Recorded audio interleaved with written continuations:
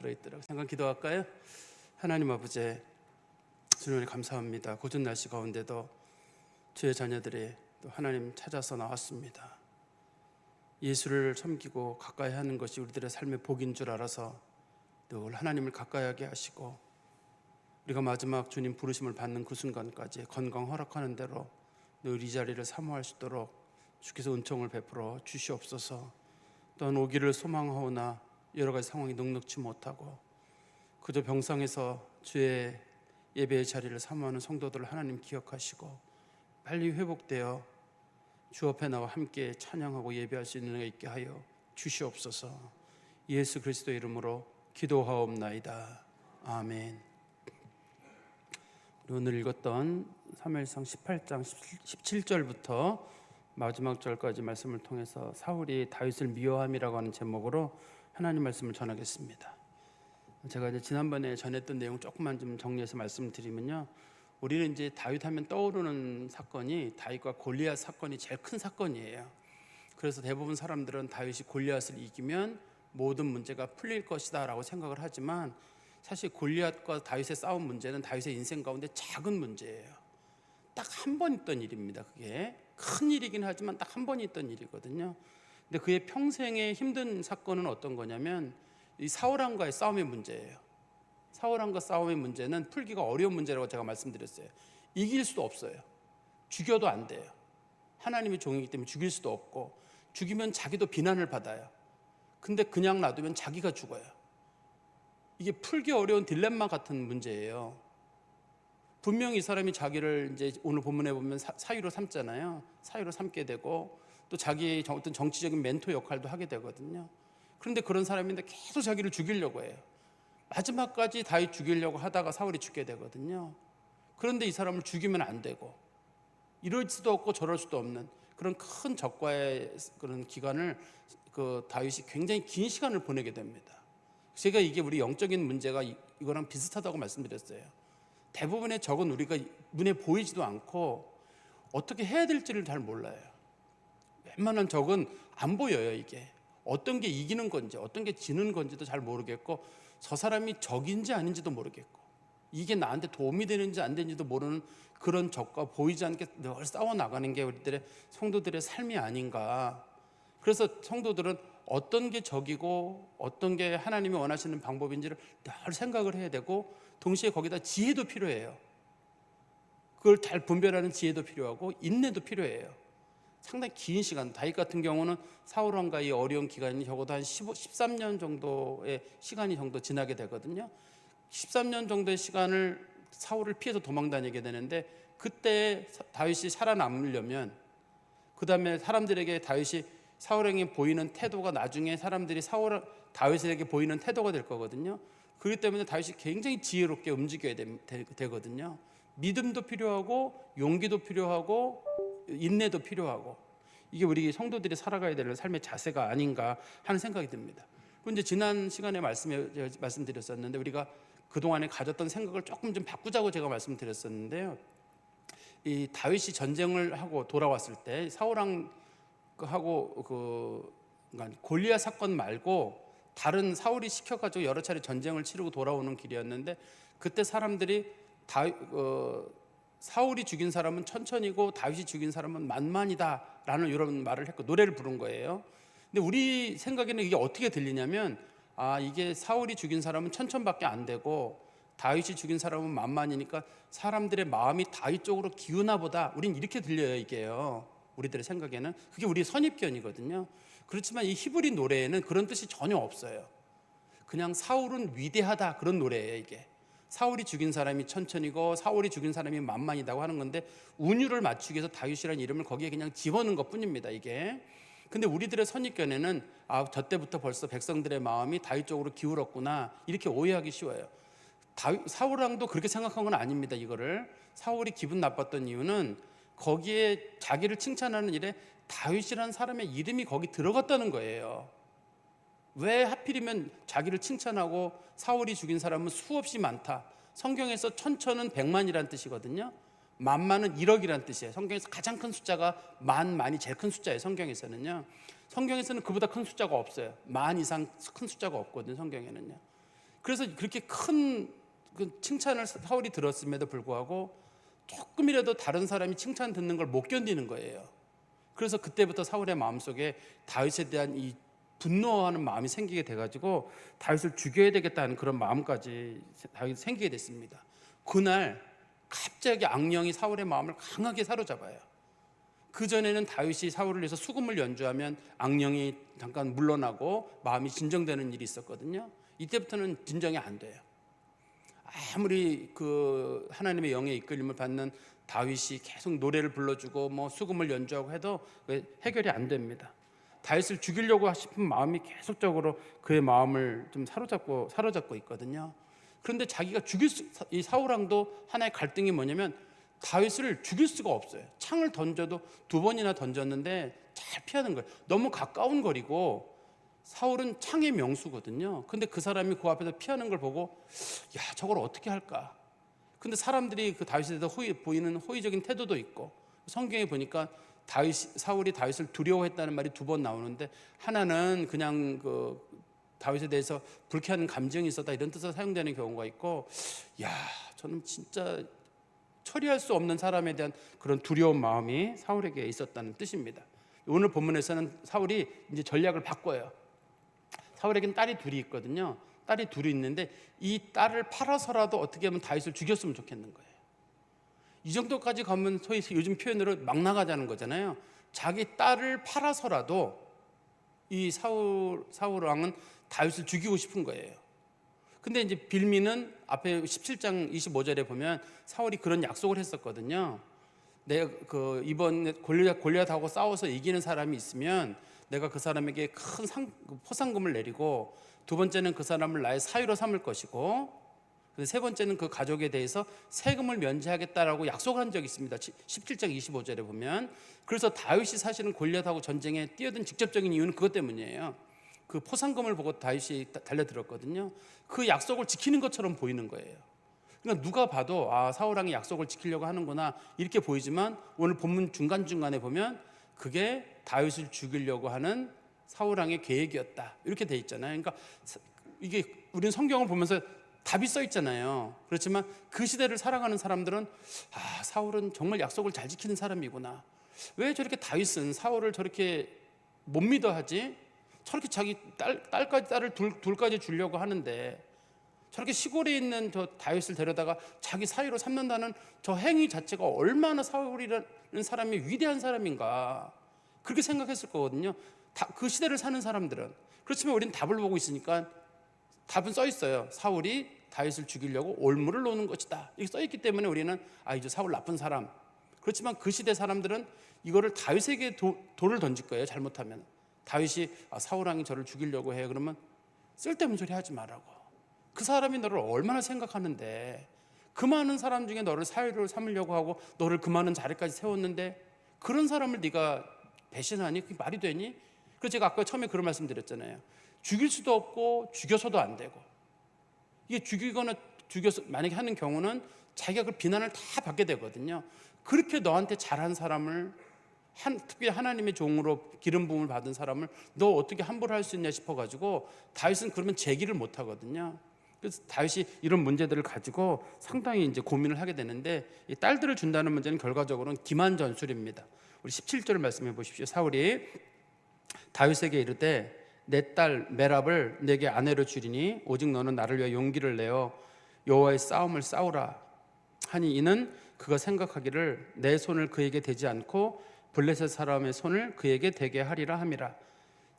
사울이 다윗을 불렀어요. 불러가지고 공개적으로 얘기를 한 겁니다. 단둘이만 있는 자리에서 얘기한 게 아니라 공개적으로 얘기한 겁니다. 근데 뒤에서 그 둘째 딸 주는 문제는 비밀스럽게 하는 말이고, 이거는 공개적으로 하는 말이에요. 공개적으로 뭐라고 얘기했냐면, 내가 나의 맏딸 메랍을 너한테 아내로 주고 싶다. 그런데 네가 이 아내를 얻기를 원한다 그러면 네가 꼭 해야 될 일이 있다. 여호와의 싸움을 싸워라. 여호와의 싸움이란 말은 우리식 표현으로는 나라를 위해서 애국자가 되란 뜻이에요. 네가 이 나라를 위해서 큰 공을 세워야 한다. 하나님 말씀을 붙잡고 나가서 나라를 위해서 큰 공을 세운다. 그러니까 애국심에 호소하는 거거든요. 네가 나라를 구하고 나라를 살리고 하나님의 일을 하면 내가 내 딸을 내게 주겠다. 이렇게 겉으로 얘기한 거예요. 그러면 여기서 두 가지가 이제 덫이 놓이게 되잖아요. 하나는 큰 딸을 준다는 게 거기에 들어있고, 두 번째는 사울은 여기 무슨 핑계였냐면 하나님 여호와의 이름을 위하여 여호와의 전쟁을 하라는 거잖아요. 애국심에 호소하는 거거든요. 그러니까 너 이번에 사울이 다윗을 활용하는 이유는 두 가지로 보이죠. 하나는 결혼 문제, 하나는 애국심 문제. 여기서는 무슨 사심이 전혀 안 보이는 거예요. 겉으로 보는 사람들은요. 근데 진짜 목적은 뭐였냐면 내 손을 그에게 대지 않고 블레셋 사람들의 손을 그에게 대게 하리라 함이라. 전쟁을 하다 보면 어쨌든 죽을 거 아니에요. 한 번이라도요. 사람이 전쟁에 나가서 항상 이기기 어렵습니다. 우리가 성경에 보면 전쟁은 하나님께 속한 것이다 라는 말이 있는데, 그런 표현이 왜 쓰이냐면 칼은 어떻게 피할지 모르겠는데 화살을 피할 수가 없어요. 화살이 어디서 날아오는지를 피할 방법이 없어요. 전쟁에서 살아나신 분들 계시잖아요. 우리나라에 같은 분들 보면 그런 분들도 참 대단한 분들이에요. 저도 저희 선친께서 과거에 군에 이제 정보부대에 계셨거든요. 그때 몸에 총 맞으신 자리가 있어요. 그래서 같이 이제 저희 아버지 에치헤드에 계셨는데 다 돌아가시고 딱 한 사람만 살아남았는데 아버지 몸에 그 옆구리 쪽에 이 총자국이 있어요. 총알이. 그래서 어떻게 된 거냐 물어보니까 다 총살을 당했는데 아버지만 혼자 살아남았다고 하시더라고요. 그래서 그때 그분이 총에 맞아 돌아가셨으면 여러분들은 수예배 시간이 좀 편안하지 안 오고도. 근데 마침 살아남았기 때문에 이렇게 있는, 참 그런 분들은 하나님의 은혜가 있는 분들인 거예요. 하나님께서 그 후손을 통해서 어떤 말씀을 전하게 하시는 하나님의 뜻이 거기에 있는 건데 그 총알 피하기가 쉽지가 않아요. 어디서 나오는 줄 알고요. 그러니까 이 다윗이 전쟁을 하다 보면 여러 번 하다 보면 어딘가에선 다윗도 누군가가 쏜 화살에 맞아 죽기 마련이거든요. 그래서 너 열심히 싸워라. 그러면 다윗이 열심히 나가다 보면 여러 전쟁에 나가다 보면 언젠가 한 번은 죽어요. 근데 사울이 그렇게 다윗을 동원하다 보면 많은 부하들이 죽을 거거든요. 많은 부하들이 죽느냐는 관심이 없어요. 온통 관심은 다윗만 죽으면 다른 부하들이 죽더라도 관심이 없어요. 나중에 이 작전을 누가 쓰게 되냐면 다윗이 그대로 쓰게 되죠. 다윗이 우리아의 아내 밧세바를 범한 다음에 우리아를 죽이게 하려고 라빠성으로 우리아를 보내거든요. 그리고 우리아를 보내면서 다윗이 부탁을 해요. 요압에게 부탁을 하거든요. 그 전쟁에 가가지고 그 제일 적진 깊숙한 곳에서 성 밑에서 싸우게 해라. 나중에 요압이 돌아와가지고 얘기를 해요. 그때 적진 밑에 싸우다가 많은 군인들이 죽었는데 우리아도 죽었습니다. 그랬더니만 사람이 싸우다 보면 죽을 수도 있지. 이런 식으로 얘기를 하거든요. 원래 전쟁할 때 성 밑으로 가면 안 되잖아요. 성 밑으로 가면 위에서 던지는 돌에 맞아 죽을 거 아니에요. 그런데도 불구하고 우리아를 그쪽으로 끌고 가라고 다윗이 권하거든요. 자기가 전쟁을 잘하는 사람이어가지고. 그래서 그러면 우리아를 누가 죽였느냐?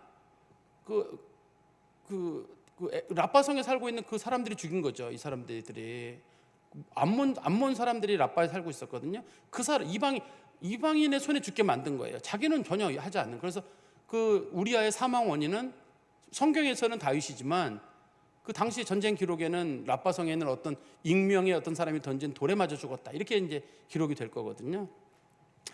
다시 성경 말씀에 가보시면 18절에 다윗이 사울에게 이르되 내가 누구며 이스라엘 중에 내 친속이나 내 아버지의 집이 무엇이기에 내가 왕의 사위가 되리이까 하였더니, 다윗이 굉장히 겸손하게 이걸 받아들여요.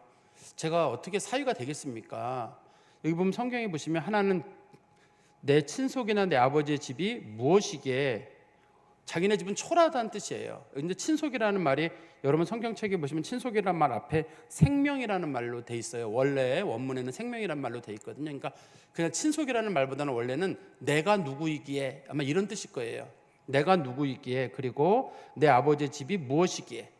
이게 겸손하게 저희는 아무것도 아닙니다 이런 뜻이기도 하지만, 또 한 가지는 당시에는 여자를 데려오려면 반드시 지창금이 있어야 됩니다. 뒤에 보면 나와요. 그 내용이. 제가 그 여자를 좋아한다 하더라도 왕의 사위가 되려면 지창금을 줘야 되거든요. 근데 그 지창금을 낼 돈이 없어요. 그래서 사울왕이 그 다윗에게 메랍과 관련된 문제를 할 때는 그 두 가지를 다 요구하는 겁니다. 일단 한 가지는 전쟁을 열심히 해라는 거고, 두 번째는 지창금을 적당한 시간까지는 가져와라. 그렇게 기간을 주는 거예요. 뒤에 보시면 나옵니다. 한번 보세요. 19절에 사울의 딸 메랍을 다윗에게 줄 시기에 모올라 사람 아드리엘에게 아내를 주었더라. 분명히 다윗에게 메랍을 주기로 했다가 주기로 한 정한 기간이 다 왔는데 갑자기 그 사울의 딸 메랍을 누구한테 줬냐면 무홀랏 사람 아드리엘에게 아내로 주었다고 성경 기록을 하고 있어요. 그럼 갑자기 왜 약속을 안 지키고 주는 거지 이 사람이? 다윗은 열심히 전쟁을 했잖아요. 열심히 전쟁한 건 맞거든요. 근데 왜 약속을 안 지켰을까? 뒤에 내용과 나중에 좀 설명드릴 텐데요. 왜 이런 일이 생기게 되냐면 지창금 문제예요. 다윗이 언제까지는 지창금을 갖다 줘야 된다 이렇게 해야 되는데 지창금을 다시 못 갖다 주는 거예요. 못 갖다 주니까 이 사울의 딸을 그 아드리엘이라고 하는 사람의 아내로 준 거예요. 그 사람이 지창금을 낼 만한 사람이니까 그 사람에게 준 겁니다. 그런데 이게 이 사람이 메랍이라는 사람이 인생이 이후에 비참한 인생으로 바뀌게 돼요. 어떤 사건이 뒤에 가서 생기게 되냐면 나중에 이 다윗이 이 사건을 너무 마음에 서운한 사건으로 생각했던 것 같아요. 그래서 우리 성경에 보시면 사무엘하 21장 8절부터 9절 말씀입니다. 그거 제가 잠깐 읽어드릴게요.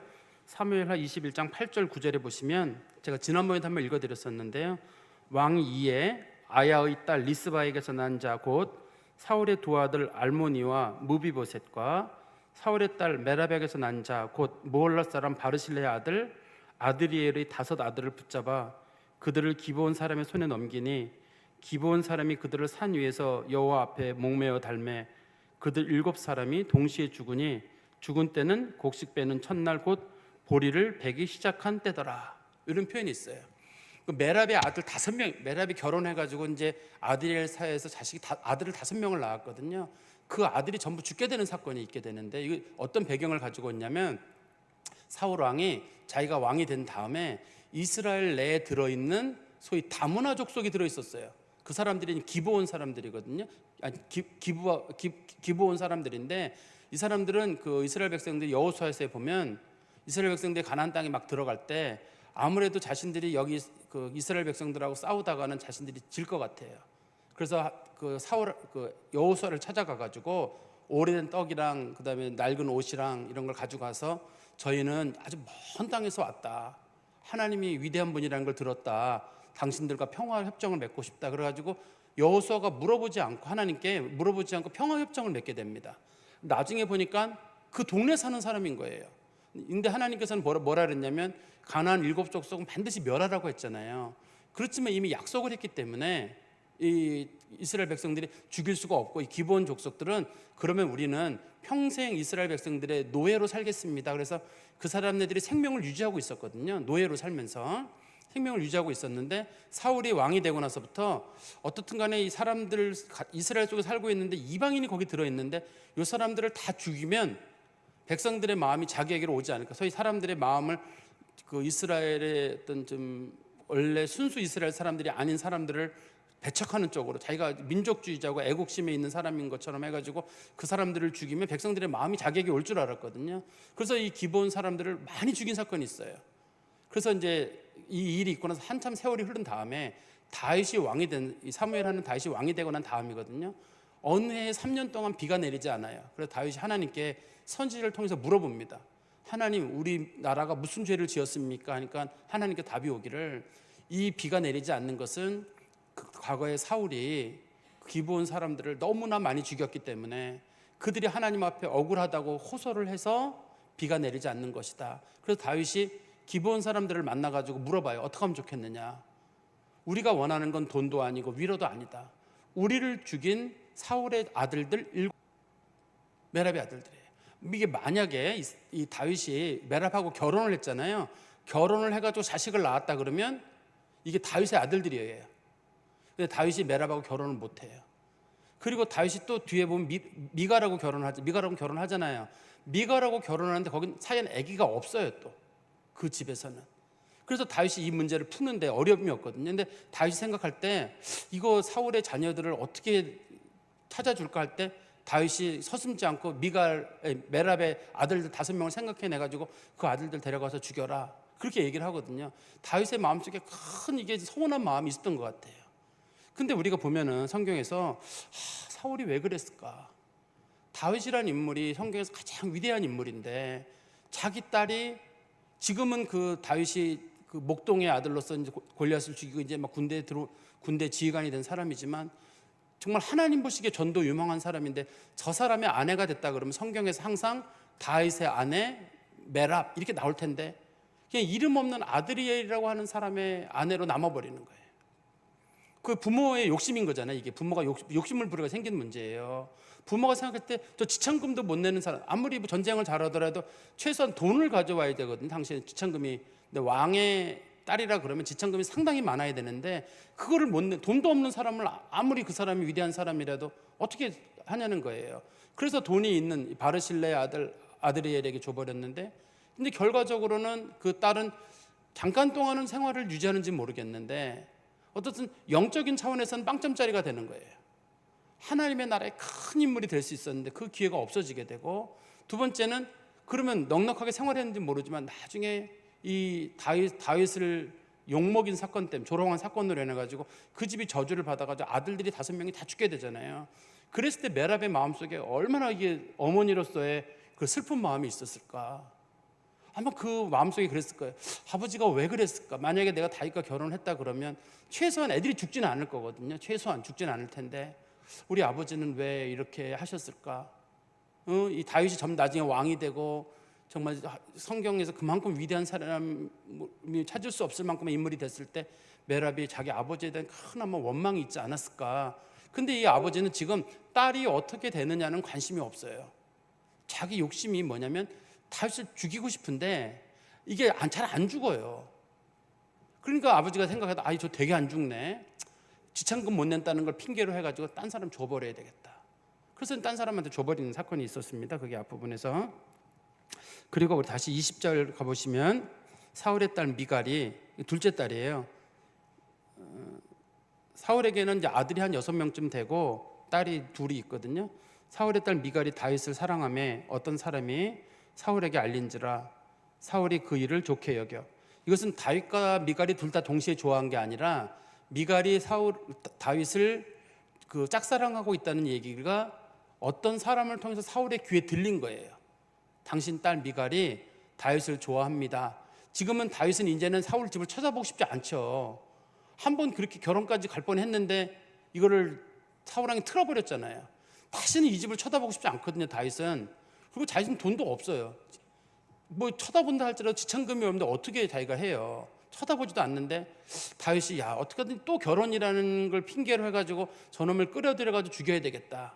왜냐면 사람이라는 게 결혼이라는 걸 앞에 두고 나면 물불 안 가리고 할 수 있는 뭐 그런 게 생길 것 같으니까 그러면 또 끌어들이고 싶은데 잘 된 거예요. 자기 딸이 좋아한다는 거예요. 그러면 그거를 핑계로 해가지고 다윗을 끌어들여야 되겠다 이렇게 생각한 거죠.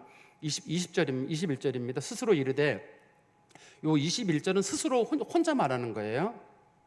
내가 딸을 그에게 주어서 그에게 올무가 되게 하고 블레셋 사람의 손으로 그를 치게 하리라 하고, 이에 사울이 다윗에게 이르되 내가 오늘 다시 내 사위가 되리라 하니라. 여기 보면 사울이 다윗에게 직접 말하는 것처럼 보이지만 속마음입니다. 이거는 사울이 속으로 말하기를 내가 다윗을 만나면 내가 오늘 내 사위가 될 거야 라고 얘기를 해야지 라고 한다는 뜻이에요. 뒤에 말씀에 보면 연결이 되어 있습니다. 이게. 그래서 이 사울이 어떻든 간에 다윗을 만나면 내가 너를 내 사위로 하겠다고 얘기를 해서 다윗을 올무로 잡으려고 하는 겁니다. 22절에 사울이 그의 신하들에게 명령하되 너희는 다윗에게 비밀히 말하 이르기를. 지난번에 메랍 사건은 공개적으로 말해가지고 좀 자기도 좀 명예가 손상이 됐거든요. 돈 때문에 이런 식으로 얘기를 했다는 게 돼버리니까. 근데 이번에는 비밀리 해가지고 이 미갈 사건은 실제로는 아무도 모르는 거예요. 사울과 사울의 측근 신하들만 알고 다윗만 아는 사건이에요. 그래서 만약에 사울이 다윗을 죽이더라도 이 장인 결혼 문제로 죽인다는 건 아무도 모르는 거예요. 그냥 비밀스럽게 하는 것만. 그러니까 다윗을 불러가지고 내가 너를 좀 나중에 사위로 삼으려고 하니까 너 좀 준비 좀 잘해라 이렇게 하는 거죠. 사람들이 보통의 경우 이제 다른 사람들 이용해 먹을 때 많이 쓰는 거죠. 너 이거 잘하면 내가 말해 이렇게 해줄게. 막 이런 식으로 사람들 말하는 사람들 있잖아요. 네가 근데 아무도 몰라요. 그 사람만 딱 불러가지고 네가 이 문제만 해결해주면 내가 이거 잘 해줄게. 근데 공개적으로 얘기했으면 사람들이 다 들을 거거든요. 근데 그 사람이 그 문제 해결해도 딱 모른다 그래버리면 당신 그때 얘기하지 않았냐. 근데 증인이 아무도 없어요.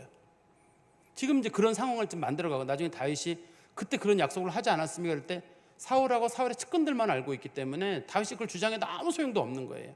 그러려고 지금 사울이 비밀스럽게 이렇게 하는 겁니다.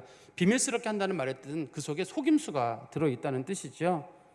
그리고 22절 다시 보시면 사울이 그의 신하들에게 명령하되 너희는 다윗에게 비밀이 말하여 이르기를 보라 왕이 너를 기뻐하시고 모든 신하도 너를 사랑하나니 그런즉 내가 왕의 사위가 되는 것이 가하니라. 이제 다윗이 왕이 될 수 있는 이유, 다윗은 위에서 뭐라 그랬냐면 우리 집안을 볼 때나 나를 볼 때나 왕이 되기 어렵습니다. 사위가 되는 게 어렵습니다. 18절에 돼 있죠. 중간에 보시면 내 친속이나 내 아버지 집이 무엇이기에 내가 왕의 사위가 되리까 이렇게 겸손하게 말한 적 있잖아요. 그 일이 알기 때문에 이번에는 뭐라 그랬냐면 왕이 너를 사위 삼는 거 좋아하신다. 그리고 모든 신하도 너를 사랑한다. 내가 그만한 사람이 된다고 얘기를 하니까 다윗은 저 싫어요. 지난번에 한번 당한 일도 있고 나 돈도 없어가지고 못합니다 라고 하니까 왕이 이번에 너 진짜 좋아하고 모든 신하들이 너를 사위로 삼아야 된다고 추천을 했어. 그러니까 이번에 한번 또 속는 셈 치고 한번 또 달려들어 봐. 이런 식으로 지금 설득을 하고 있는 거예요. 성경에 보시면 23절입니다. 사울의 신하들이 이 말을 다윗의 귀에 전하매 다윗이 이르되 왕의 사위가 되는 것을 너희는 작은 일로 보느냐. 나는 가난하고 천한 사람이라. 여기 가난하고 천하다는 이유는 하나는 천하다는 건 위에처럼 나와 우리 아버지 집이 뭐 사람들에게 무슨 의미가 있겠냐 치고, 두 번째는 가난하다는 말의 뜻은 지참금이 없다는 뜻이에요. 나 그렇게 결혼을 할 만큼 지참금이 없다라고 하니까 그 사울의 신하들이 사울이 뭐라고 말하냐면 보세요. 24절에 사울의 신하들이 사울에게 말하여 이르되 다윗이 이러이러하게 말하더이다. 즉 나는 가난하고 천한 사람이라고 말했습니다. 즉 우리 집안도 안 되고 돈도 없어서 못한다고 했습니다라고 하니까 사울이 25절에 사울이 이르되 너희는 다윗에게 이같이 말하기를 왕이 아무것도 원하지 않는다. 돈 요번에는 지참금 필요하지 않다고 했다. 지난번 메랍 사건 때는 지참금이 필요하다고 얘기를 했는데 이번에는 지참금 필요 없다. 지참금을 면제해 주겠다는 거예요. 대신에 왕의 원수의 보복으로 블레셋 사람의 포피 100개를 원하신다 하라 하였으니 이는 사울의 생각에 다윗을 블레셋 사람들의 손에 죽게 하리라 함이라. 이번에는 더 아주 좀 잔인한 방법을 택하게 됩니다. 어떤 방법을 택하게 되냐면 이번에도 첫 번째는 뭐냐면 왕의 보복으로 블레셋 사람을 죽여라. 애국심이잖아요. 왕이 얼마나 나라를 사랑하는 줄 알지. 내가 정말 나라를 사랑한다 그러면 블레셋 사람들하고 싸워라. 그리고 블레셋 사람들을 100명을 죽여라. 성경이 포피라는 말의 뜻은 남자 성기의 앞부분을 부르는 표현이에요. 남자 성기를 100개를 잘라와라. 그러면 이게 전쟁 중이거든요. 지금 전쟁을 하는 중에 어떻게 죽일 수는 있지만 거기에 또 옷을 벗겨가지고 또 잘라가지고 오고 그러면 누군가가 뒤에서 공격할 수 있거든요. 그러면 그거는 피하기가 어려워요. 그냥 적을 죽이고 100명을 죽이고 와라 그러면 그것도 사실은 쉬운 문제가 아닌데 이거는 죽여가지고 성기의 일부분을 잘라서 또 와야 되는 거거든요. 그것도 100명이나 되는 사람들을. 그러면 이게 굉장히 어려워서 이거는 사울이 볼 때는 저거는 못한다. 저거는 못하고 분명히 죽는다라고 본 거예요. 그래서 지참금도 필요 없다고 하고 또 다시 돈이 없다고 하니까 너 목숨 걸고 한번 그러면 해라 이렇게 부탁을 한 거죠. 다시 26절에 보시면 사울의 신하들이 이 말을 다윗에게 아뢰매 다윗이 왕의 사위 되는 것을 좋게 여김으로 결혼 날이 차기 전에 다윗이 말하기를 나 그래 그러면 그 정도면 내가 한번 사위가 되겠다. 그 정도면 나도 하겠다. 근데 생각하기를 사울은 다윗이 혼자 갈 줄 알았나 봐요. 다윗이 혼자 가지 않습니다. 이 일을 위해서 성경 말씀 보시면 27절에 다윗이 일어나서 그의 부하들과 함께 가서 다윗이 천부장이잖아요. 이게 직업이 지금 천부장이거든요. 1000명의 군대를 거느리고 있는 사람이기 때문에 사울이 생각할 때 다윗이 아마 혼자 가서 이걸 할 걸 생각했나 봐요. 그러니까 100명은 못 이긴다 했는데 천부장이기 때문에 그 이상의 군인이 있는 사람이에요. 그러니까 다윗이 가가지고 손쉽게 어떻게 하냐면 블레셋 사람 200명을 죽이고 그들의 포피를 가져왔다. 그 수대로 왕께 드려 왕의 사위가 되고자 하니 사울이 그의 딸 미갈을 다윗에게 주었더라. 아니 200명을 죽여가지고 가져오리라고는 생각도 못했던 거예요. 그리고 군대를 데리고 가리라고는 생각도 못했는데 사울의 조건에 군대 데리고 가지 말라는 조건이 없잖아요. 군대 데리고 가지 말라는 조건이 없으니까 다윗이 그럼 뭐 군대를 데리고 가서 같이 어차피 전쟁하는 건데 혼자 하는 게 아니니까 그 군대 데리고 가가지고 군대랑 함께 전쟁을 하면 되는 게 아닌가 그렇게 생각을 한 거죠. 그리고 다시 28절에 보시면 여호와께서 다윗과 함께 계심을 사울이 보고 알았고 사울의 딸 미갈도 그를 사랑하므로 사울이 다윗을 더욱 두려워하여 평생에 다윗의 대적이 되니라. 사울이 보니까 이길 수가 없어요. 전쟁에 나가 보내도 안 되고, 분명히 나가서 블렛 사람의 그 포피 100개 잘라오라 그러면 분명히 저놈 가서 죽을 줄 알았는데 안 죽는 거예요. 거기다 또 자기 아들 요나단이 너무 좋아하네요. 이 사람을 자기 생명만큼이나 다윗을 좋아하죠. 거기다 또 자기 딸 미갈까지 좋아하네요. 그러면 이제 그 사울 싫어하는 사람은 그 집안에서는 사울뿐이거든요. 나머지는 다 동생들입니다. 동생들이어서 아직까지 뭐 장성한 사람들이 아니니까요. 사울의 집안에 요나단하고 미갈이 이미 좋아하는 거예요. 그러면 사울이 볼 때, 야, 저놈을 어떻게, 내는 저놈 죽이려고 했는데 전쟁에서 이기고 돌아오고, 또 자기 딸의 마음도, 자기 그 큰아들 요나단의 마음도 저렇게 얻게 되니, 야, 나는 이거를 못하겠다, 이렇게 생각이 들었던 거죠. 근데 이렇게 왕의 사위가 되는 것이 다윗의 인생의 중요한 포인트가 돼요. 나중에 우리가 생각할 때는 그냥 다윗이 혁명을 일으켜가지고 왕이 되면 되지 않냐 싶은데, 편안하게 왕이 되려면 왕족 중에 누군가가 왕이 돼야 되거든요. 왕족 중에 누군가가 왕이 돼야 되는데, 이제 사울의 가문 중에서는 나머지 아들들이 전부 전쟁에 죽게 됩니다. 요나단과 하는 중요한 아들들이 전부 전쟁에 죽게 되고, 한 명 이스보셋만 남게 되는데, 이스보셋은 장애인이에요.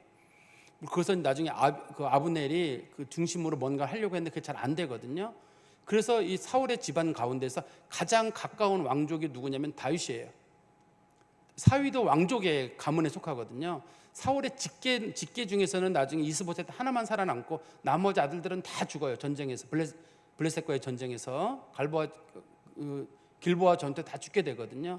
그래서 나중에 다윗이 왕이 됐을 때도 사람들이 저거 쿠데타를 일으키거나 혁명을 일으키거나 새로운 정부를 세우는 게 아니에요. 왕족 중에 누군가가 왕이 된 거예요. 그래서 다윗이 편안하게 왕위를 이어가는 것으로 보게 되고, 나중에 아브넬이 실제로 이 왕위를 다윗에게 넘겨주거든요. 그 사울의 군대 장관이었던. 그래서 그 문제도 쉽게 편안한 마음으로 잘 일이 이루어지게 됩니다. 그런데 이 딸, 그럼 미갈은 인생이 좋냐? 미갈도 또 인생이 안 좋아져요. 우리 이제 제가 나중에 말씀드릴 텐데 19장에 보면은, 19장에서 이제 사울이 또 정신이 이상해져가지고 다윗을 죽이려고 이번엔 군대를 보내거든요. 군대를 보내는데 미갈이 아무래도 다윗 죽을 것 같아가지고 몰래 다윗의 침대에다가 다윗을 집 밖으로 보낸 다음에 거기다가 우상 하나 갖다 놓고 염소 털 해놓고 해서 사람이 누워있는 것처럼 하거든요. 그래가지고 사울이 그 때문에 화가 나가지고 자기 딸을 다른 사람에게 아내로 줘버려요. 이미 다윗의 아내인데도 불구하고 그 발디라고 불려지는 사람의 아내로 주게 됩니다. 우리 한번 성경 말씀 보실까요? 우리 사무엘상 25장 44절에 보시면, 사무엘상 25장 44절에 보시면, 사울이 그의 딸 다윗의 아내 미갈을 갈림에 사는 라이스의 아들 발디에게 주었더라. 그래서 사울의 딸들이 둘 다 다른 사람하고 결혼을 하게 돼요. 다른 사람하고 결혼을 하게 되는데, 이 발디랑 이 미갈하고 사이에서 난 자식이 있는지는 모릅니다만 그 자식들은 설령 있다 하더라도 그 다윗이 찾지 않아요. 왜 찾지 않냐면, 이거는 자기가 사랑하던 사람, 결혼한 상태에 있었기 때문에 이 사람 자식은 안 건드리거든요. 그런데 그러면 다윗이 나중에, 다윗이 생각하는 자기의 첫 번째 부인은 미갈이에요. 그래서 나중에 다윗이 왕이 되고 난 다음에 아브넬한테, 아브넬이 사울의 군대 장관이거든요. 아브넬한테 부탁을 해요. 내가 원하는 게 딱 한 가지다. 미갈을 다시 돌려와라. 그래서 미갈이 결혼했다가 다시 남편을 버리고 다시 돌아와요. 근데 다윗이 미갈하고 관계를 갖지 않아요. 미갈을 평생 혼자 놔두거든요. 그래서 미갈도 인생이, 아버지 때문에 인생이 참 비참하게 끝나게 됩니다. 성경에서 보면, 우리 다시 성경 말씀 30절에 보시면, 블레셋 사람들의 방백들이 싸우러 나오면 그들이 나올 때마다 다윗이 사울의 모든 신하보다 더 지혜롭게 행하며, 지혜롭게 행한다는 말의 뜻은 백전백승이라는 성경적 표현입니다. 여기 특별히 사무엘상에서는요, 모든 어떤 전쟁을 하든지 간에 지혜롭게 행한다는 말은 전략과 전술이 뛰어나서 다 이겼다, 이런 뜻이에요. 백전백승을 하며 이에 그의 이름이 심히 귀하게 되니라. 사람들이 볼 때, 야, 다윗이라고 하는 사람은 누구도 막을 수 없는 사람이구나. 제가 아까 말씀드렸지만, 저도 웃으면서 얘기했지만, 저희 아버지께서 만약에 돌아가셨다 그러면 제가 없고 제가 저희 아들한테도 웃으면서 물어보거든요. 막내 아들한테, 야, 아빠가 제일 잘한 일이 뭐냐 그러면 자기를 낳은 일이 제일 잘한 일이다. 우리가 웃으면서 그런 얘기를 하는데, 사실 다윗도 죽일 수가 없어요. 다윗의 후손에서 그리스도가 태어나야 되거든요. 누구도 다윗의 가문은, 아무리 어떤 사람이라도 다윗의 가문은 해할 수가 없어요. 여기서 다윗이 죽게 되면 끝나거든요. 다윗의 후손으로 예수 그리스도가 태어나게 되잖아요. 성경이 가장 중요한 인물인데, 예수님이 태어날 다윗이 현재 결혼도 안 하고 아기도 없는 상태에 다윗이 죽는다? 있을 수가 없는 일이에요, 성경에서는. 이때는 다윗은 뭐 총탄이 아니라 뭐 원자탄이 터지고, 뭐 요즘 뭐 유명한 뭐 벙커버스터인가 뭐 그런 게 터져도 다윗은 못 이겨요. 절대 안 죽어요. 왜냐하면 통해서 그리스도가 태어날 사람이기 때문에 하나님 끝까지 보호하시는 거죠. 제가 말씀을 좀 결론해서 말씀드리면, 다윗이 왕이 되는 과정이 참 고통스러워요. 다윗도 고통스럽고 그 사울의 딸들도 참 고통스럽습니다. 왜 사울이 그렇게 했는지, 그만큼 미웠던 건지, 그 사람들이 했던 말 몇 마디에 좀 빈정상한 거잖아요. 자기를 칭찬하는 말 몇 마디에 다윗이란 이름이 들어갔다는 이유로 딱 마음이 상한 거예요. 사람이 삐지거나 마음 상하는 게 아주 작은 일에서예요. 그 몇 마디 말에 그 사람이 나한테 그런 말 했어?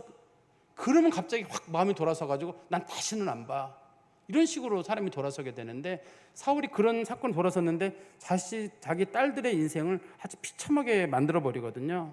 참 이런 성경을 보면 참 안타까워요. 딸들 둘의 인생이 이렇게 망가지는 걸 보면서.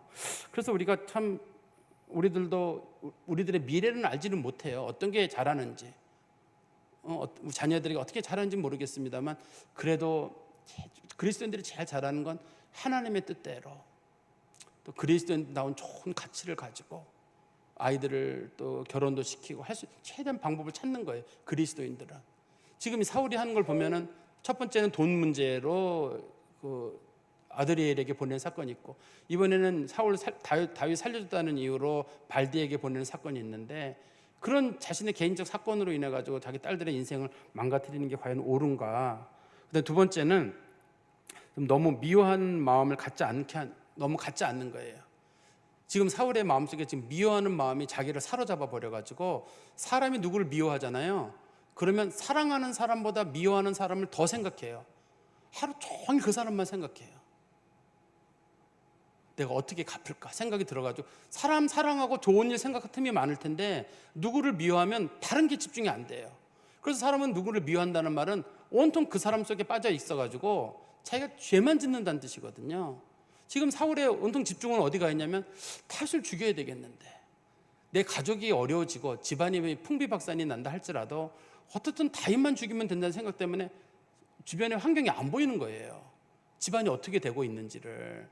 그러다가 결국 자기까지 몰락하게 되거든요. 그래서 우리 그리스도인들도 누구 미워하는 사람이 있을 때 적당한 선에서 넘어가시는 게 좋아요. 우리가 사랑하는 사람 생각하기도 어려운데 미워하는 사람 그 생각하는 시간을 보낼 틈이 어디 있어요. 그냥 사랑하는 사람들 생각하고 도와주고 불쌍한 사람들 챙기고, 그런 것만 해도 충분한데, 누구 하나 미우면 온통 일만 열면 나도 모르게 그 사람 얘기가 툭툭 튀어나와요. 무슨 얘기 나오다 근데 말이야, 그 사람이 말이야, 이러면서 그 사람 얘기를 툭툭 꺼내게 되거든요.